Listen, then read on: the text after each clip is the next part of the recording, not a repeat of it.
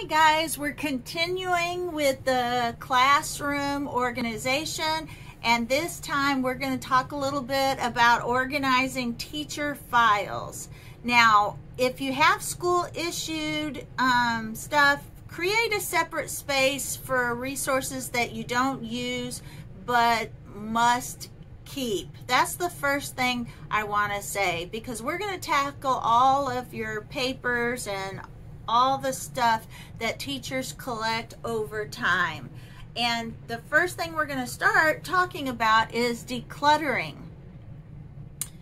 You want to declutter first. You want to purge. You need a keep pile, a donate pile, and a recycle pile, because there are, we do become paper hoarders. We think we're going to use it someday or just in case.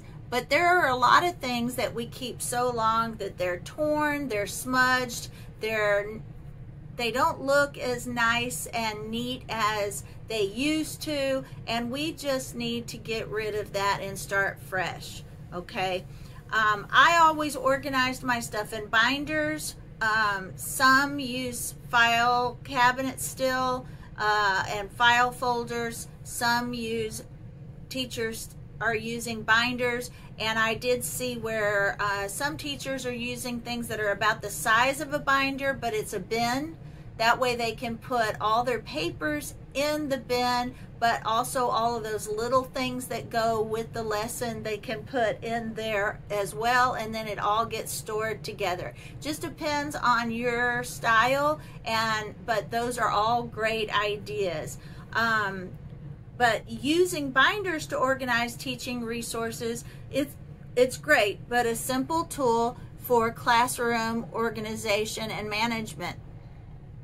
Now, they are perfect for organizing your teaching units and lesson plans, as well as for creating student portfolios, collecting documents for your teacher evidence binder, housing meeting notes, and about 1 million other things. Binders are ideal because they offer the flexibility to move papers around, especially if you use the page protectors. You can move papers around, and you always can see, just by turning the pages, what's there without your papers slipping and sliding out of sequence and being messy. They are durable. You can add additional pockets for sorting, holding pens, and other tools.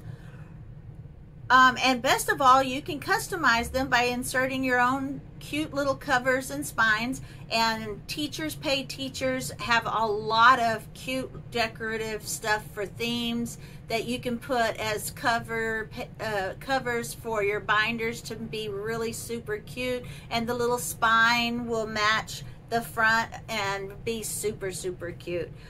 There's so many cute things on Teacher Pay Teacher that are actually very helpful to teachers and very fun for the classroom. Now, to organize lesson plans, you can get a large size 3-ring binder with index dividers for different sections and plastic sleeves to hold permanent documents. You won't have to change. And you don't have to you won't have those little gray circles from where you punched holes when you make copies. If your school administrator requires that you use a particular kind of lesson plan book, you can still put this in your binder so all of your information stays together. Or if they are made out of paper, the binder, where the staples are, can be cut, and it can still be put in page protectors or put in. But with this 3-ring binder, you can create a customized lesson plan book that meets the specific needs of your classroom. It should contain everything related to planning for your academic day, including a classroom schedule, school activity calendar, weekly group lesson plans, individual student plans, student services schedules for easy reference. You can even create a title page for the front, checklists for materials, Now, for student work, here are some tips in the classroom that you can use for student work. Plastic bins, like plastic dish pans, you can put them on a bookcase to hold finished work for each period or subject. They work well because they easily fit regular sized pieces of paper without them bending or curling up. Now, folders in file boxes, try putting these out on your bookshelf as well. As your students finish papers, they can file them in their own folder so you can grade them at the end of the day or during planning time. Now, also there's plastic pockets. These can be hung on the wall to store completed student work. If your class is small, you can hang a separate pocket for each child. Or you can hang nylon file pocket holders. Readily available in school supply catalogs, these holders are a good way to hang folders where students can easily reach them. Now, file crates are great. You can fill the crate with hanging folders for all the different school periods or subject areas. As children complete assignments, they're in charge of filing their own work in the folder. Now, you can spend the first few weeks of school getting all of this, teaching all of this to your students. That if you really get them in the habit of doing it and just stay on it, you can teach them how to do this. This creates a convenient, portable system for you, and if you teach it well, it will be automatic with the students, whether you have a substitute or not. File folders labeled with a to-do side and a finished side. Have one of these for each student. As students complete papers in the to-do side, they place their completed work in the finished side. Color code the folders for easy student access and have kids place them in a predetermined location for you to grade.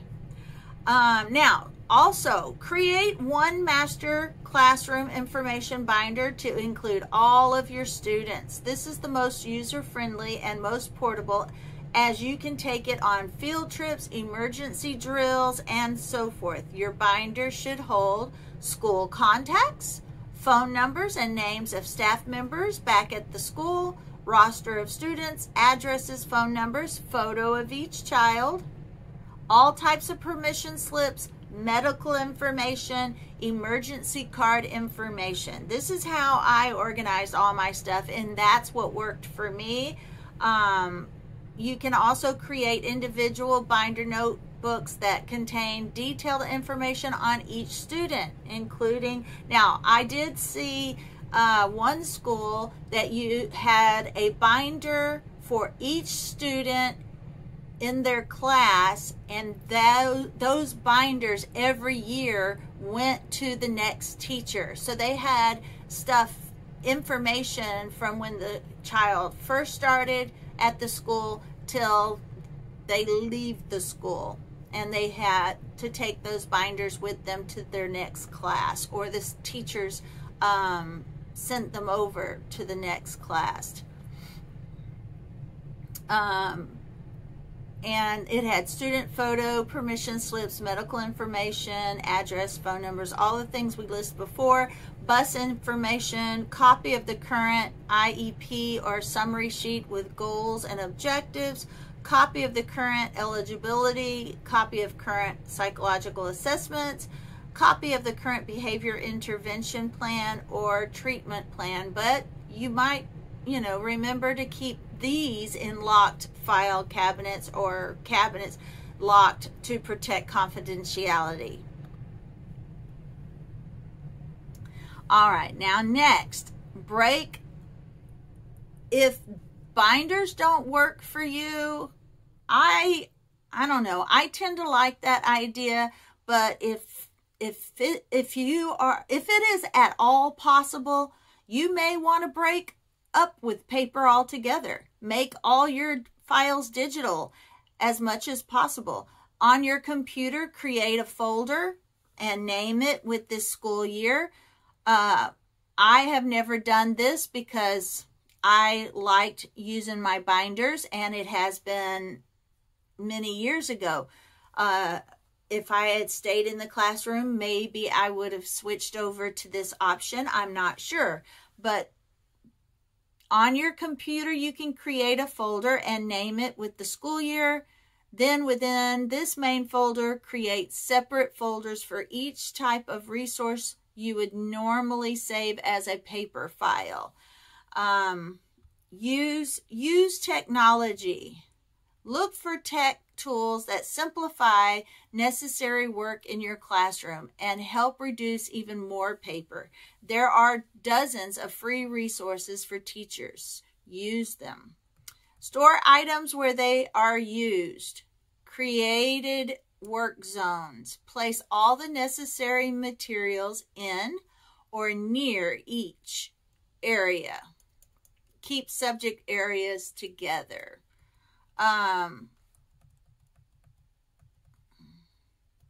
And then store your teacher materials out of sight.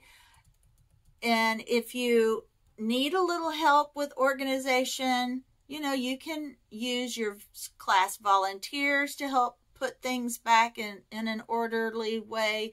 You can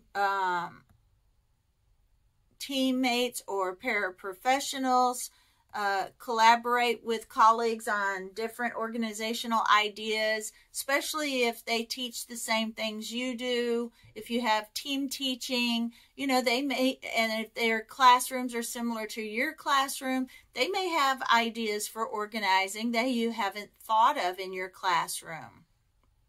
So that's a good resource. And like I said, there are some parents that have extra great organizational skills. You might have a parent that would love to come and completely organize your classroom for you before school starts or during the summer or Christmas break. And teach your students to how to organize, because the better they are organized, the better you will stay organized and the better they will learn. And then take pictures of your classroom and all the organizational spaces. Once your room is organized, those pictures will help you remember seating arrangements, center setups. Post those pictures so that the students can remember what each area should look like, so that they can also put things back where they go. All right, guys, those are, hopefully I'm not talking too fast. I put all of this stuff down on paper. I make notes so that I can get these out to you. And so sometimes I may talk really fast, but these are all ideas that I hope are very helpful to you. I love organization. I love being organized. And when I was a teacher, I loved, it was so helpful. It was just so helpful to be able to find everything I need in a timely manner and not have to always be searching for everything I needed, and just having it at my fingertips. All right, guys, thank you for watching and thank you for listening to the podcast, and I will see you on the next one.